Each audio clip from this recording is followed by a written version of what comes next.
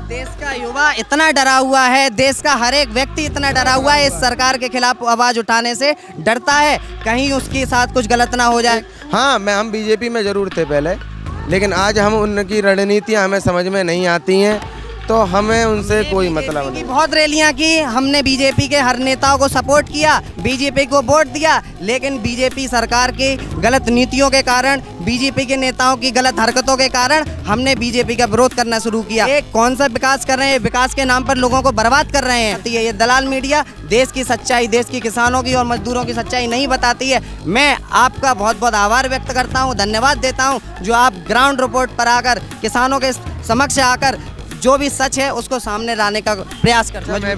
मैं भी पुलिस की प्रिपरेशन कर रहा था अपनी, तो मैंने पुलिस की प्रिपरेशन करते टाइम मेरे मन में एक विचार आया, अगर मैं पुलिस वाला बन भी गया, अगर मैं बन भी गया, इंस्पेक्टर बन गया या कांस्टेबल बन गया, तो कल को सरकार का दबाव आएगा मेरी तरफ, सरकार की तरफ से कि जाओ किसानों पे लाठीचार्ज करो। मैं मरना पसंद करूंगा, लेकिन मैं अपने पिताजी पे कभी लाठीचार्ज नहीं कर सकता। मैंने 2017 में बीजेपी का प्रचार किया था, बीजेपी को मैंने वोट दिया था, बीजेपी के साथ में जुड़ा था। बीजेपी पैसा बांटती है, गांव में जाकर गरीब लोगों को शराब पिला पिला कर ये लोग वोट लेते हैं, मुर्गा खिलाते हैं और पैसे बांटकर गरीबों को ये झूठे आश्वासन देकर सत्ता में आते हैं।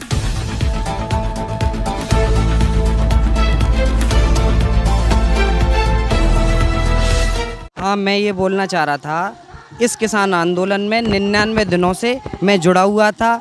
इस किसान आंदोलन की आवाज़ को सोशल मीडिया के माध्यम से मैं और मेरी पूरी टीम, युवा टीम जिला फिरोजाबाद से, हम लोग इस आंदोलन की आवाज़ को उठा रहे थे, लेकिन फिरोजाबाद के प्रशासन ने और उत्तर प्रदेश की सरकार ने हमारी आवाज़ को दबाने की कोशिश की और मैं फिर भी नहीं माना। मैं आवाज़ को सोशल मीडिया, फेसबुक, ट्विटर के माध्यम से उठाता रहा। इन्होंने क्या किया, मेरे फादर जो कि मैनपुरी में पोस्टेड हैं उन्हें सस्पेंड किया गया, जिससे कि मेरे ऊपर दबाव बनाया जा सके, मेरे परिवार का दबाव बनाया जा सके। लेकिन मैं इस आवाज़ को उठाता रहूँगा, किसानों की आवाज़ को उठाता रहूँगा। आज भी मैं यहाँ मौजूद हूँ और जब तक ये तीनों कृषि कानून वापस नहीं होंगे तब तक मैं यहाँ मौजूद रहूँगा। आप चाहे हमारे साथ कितने भी जुल्म और ज्यादती कर ले, लेकिन आप हमारी आवाज़ को नहीं दबा सकते। हम किसानों की आवाज़ को उठाते रहेंगे जब ये आंदोलन हमारी सांसों से जुड़ा हुआ आंदोलन है। जब तक हमारे अंदर सांसें रहेंगी तब तक ये आंदोलन चलता रहेगा। पिताजी क्या करते हैं? मेरे पिताजी चकबंदी में कानून गो हैं। उनके ऊपर दबाव बनाया गया कि अपने बेटे को, ये जो फेसबुक और ट्विटर के माध्यम से इसके साथ में 5000 जो युवा की टीम काम कर रही है, जुड़े हुए हैं, इस आंदोलन को बहुत ज़्यादा बढ़ा चढ़ाकर और शेयर कर कर फेसबुक के माध्यम से और ट्विटर के माध्यम से आंदोलन को बढ़ा रहे हैं और सहयोग प्रदान कर रहे हैं, तो इन्हें रोका जाए। मेरे रिश्तेदारों के द्वारा मेरे ऊपर दबाव बनाया गया, प्रशासन से बनाया गया और सरकार ने बनाया, लेकिन मैं चुप रहने वाला नहीं हूँ। जो योगी सरकार, मोदी सरकार को जो करना है कर सकती है, खुली छूट है।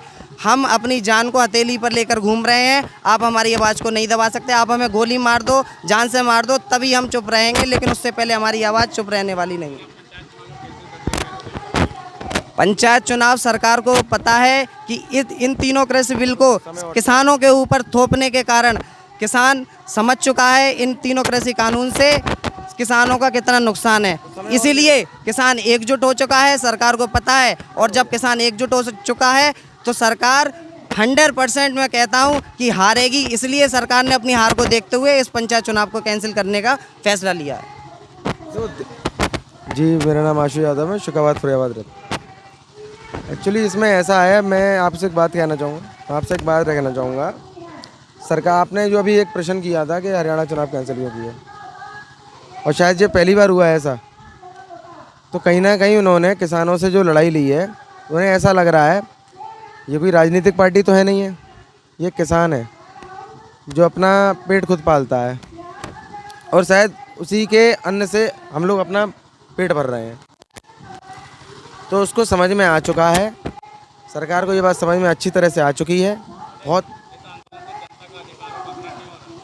इस आंदोलन के साथ जनता जुड़ी हुई है। इस आंदोलन ये आंदोलन किसानों का नहीं है, ये आंदोलन अब पूरे देश का आंदोलन है। ये आंदोलन देश के युवाओं का, गरीबों का, मजदूरों का, महिलाओं का, बुजुर्गों का, ये सभी का आंदोलन है। इससे किसी को कोई नुकसान नहीं है, किसी का हनन नहीं हो रहा। ये सरकार झूठ बोलकर इस आंदोलन को खत्म करने के प्रयास कर रही है और अपने कुछ तुच्छ से गुंडों को बेचकर और नेताओं को बेचकर ये कहलवाने की कोशिश कर रही है कि ये इस आंदोलन से आम नागरिक को नुकसान हो रहा है, हानि हो रही है। डरकाए या तो केस लगाया जाता है। अगर हम किसी के खिलाफ बोल रहे हैं, कोई सही बात रख रहे हैं, या वो किसान की बात हो, चाहे हाथरस की बेटी की बात हो, हम नहीं रुकने वाले।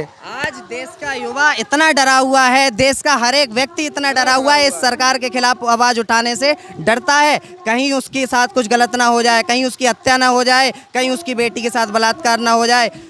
तो मैं बस यही कहना चाहूँगा, आज ये डरने का सवाल नहीं है, मौत तो सभी की एकजुट होने का सवाल है। जिंदगी और मौत का फैसला हमें अब इस सरकार से डर कर नहीं लेना होगा। राजनीतिक पार्टी से संबंध नहीं रख रहे।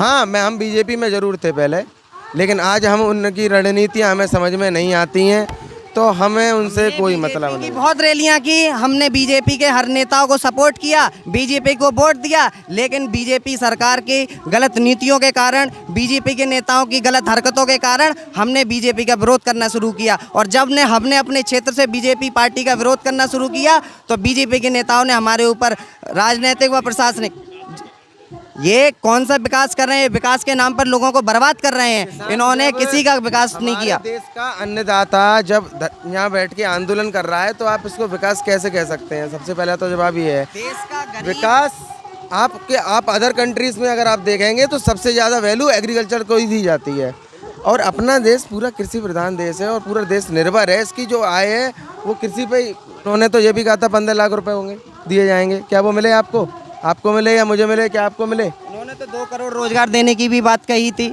उन्होंने किसानों का कर्ज माफ करने की भी बात कही थी, लेकिन उन्होंने आज तक ये नहीं बताया किसानों की मृत्यु की दर कितनी बढ़ चुकी है। किसान फांसी लगाकर मर रहा है, किसान भुखमरी से मर रहा है, मजदूर मर रहा है। सरकार ये आंकड़े नहीं बताती है, ये दलाल मीडिया ये आंकड़े नहीं बताती है। ये दलाल मीडिया देश की सच्चाई, देश की किसानों की और मजदूरों की सच्चाई नहीं बताती है। मैं आपका बहुत बहुत आभार व्यक्त करता हूँ, धन्यवाद देता हूँ, जो आप ग्राउंड रिपोर्ट पर आकर किसानों के समक्ष आकर जो भी सच है उसको सामने लाने का प्रयास करते हैं। बहुत बहुत धन्यवाद। हमें इस बात की बहुत खुशी है कि हम अपनी जो बात है आप तक पहुंचा पा रहे हैं, और आपसे निवेदन है कि हमारी जो बात है ये काफ़ी जगह तक पहुंचे, जिससे लोग समझें। हम किसी राजनीतिक पार्टी से मतलब नहीं रखते हैं, हम किसानों के साथ हैं, क्योंकि हमारे पिताजी भी किसान हैं, और हम ऐसे ही आगे अपना आंदोलन इसी प्रकार से चलाते रहेंगे। उत्तर प्रदेश से चुनाव हाथ से जा रहा हो तो बंगाल की तरफ तो भागेंगे ना? नहीं तो ठीक है ना, वहाँ की जनता निर्णय लेगी। सबको अपना निर्णय लेने का हक है। जैसे हमने निर्णय लिया था और 2022 में हम अपना निर्णय लेके हमें बता देंगे कि क्या गलत है क्या सही है, क्या इन्होंने सही किया क्या गलत किया। ये सरकार झूठ बोलकर सत्ता में आई थी, लेकिन झूठ की नींव ज़्यादा मजबूत नहीं होती है। झूठ पर बनाई गई नींव बहुत कमज़ोर होती है, और इस सरकार कमज़ोर पड़ चुकी है, और अपनी कमज़ोरी और अपनी नाकामी को छुपाने के लिए ये सरकार पंचायत चुनाव को स्थगित कर रही है, और सरकार किसानों को बदनाम कर रही है, किसानों को बांटने का काम कर रही है, मजदूरों को बांटने का काम कर रही है। ये सरकार ये कहती है इस आंदोलन से गरीब किसान का फ़ायदा नहीं होगा, इस आंदोलन से जो बड़े बड़े किसान हैं उनका फ़ायदा होगा, इस आंदोलन से जो ठेकेदार हैं, जो मंडियों का ठेका लेते हैं उनका फ़ायदा होगा। ये सरकार देश के किसान को गुमराह करने का कार्य करे, लेकिन देश का किसान जागरूक हो चुका है। सभी किसान छोटे हों या बड़े हों, सभी एक मंच पर किसान नुकसान नहीं कर रहे हैं। ये सरकार तीनों कृषि कानून किसानों के सिर पर ज़बरदस्ती रखकर, ज़बरदस्ती उनके ऊपर थोप कर किसानों को जड़ से ख़त्म करने का प्रयास कर रही थी।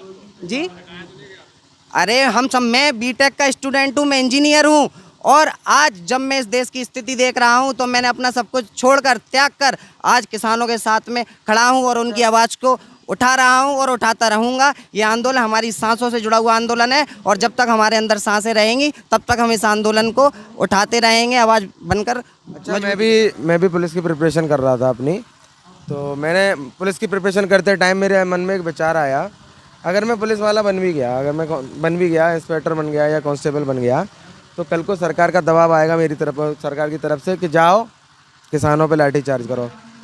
मैं मरना पसंद करूंगा, लेकिन मैं अपने पिताजी पे कभी लाठीचार्ज नहीं कर सकता। कह तो रहा हूँ, जुमले हैं। अब इसी चीज़ से आप देख लीजिए, आपने अभी बोला कि बंगाल में जाके वो बातें कर रहे हैं, जुमले हैं ना।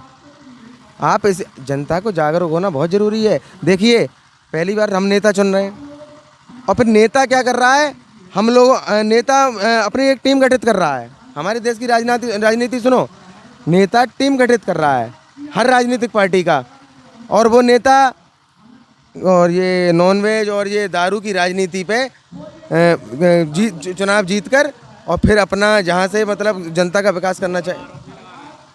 नहीं बिल्कुल बिल्कुल, ये आप ग्राउंड रिपोर्ट कोई नहीं दिखाता है, ये मैं खुद बता रहा हूँ। मैंने 2017 में बीजेपी का प्रचार किया था, बीजेपी को मैंने वोट दिया था, बीजेपी के साथ में जुड़ा था। बीजेपी पैसा बांटती है, गांव में जाकर गरीब लोगों को शराब पिला पिला कर ये लोग वोट लेते हैं, मुर्गा खिलाते हैं और पैसे बांटकर गरीबों को ये झूठे आश्वासन देकर सत्ता में आते हैं।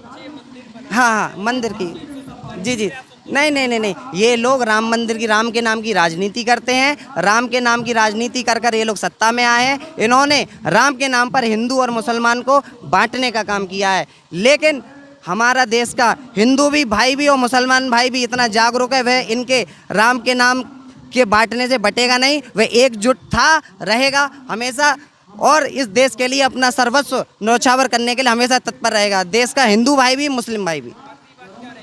आखिरी बात मेरी सरकार से यह रहेगी, सरकार देश के नागरिकों को बांटने का काम ना करे, जो कि राम के नाम पर बांटने का काम कर रही है, धर्म के नाम पर बांटने का काम कर रही है, जाति के नाम पर बांटने का काम करे। ये लोग दोबारा से प्रयास करेंगे हिंदू मुस्लिम बांटने का, हिंदू राष्ट्र बनाने का। नहीं। अब देश का प्रत्येक वर्ग, चाहे वह हिंदू हो मुसलमान हो, सब जागरूक हैं और एक साथ मिलकर इस सरकार को सत्ता से इतनी दूर फुटबॉल की तरह उछाल के फेंकेंगे कि आने वाले 50 सालों तक ये सरकार कभी भी सत्ता में दिखाई नहीं देगी।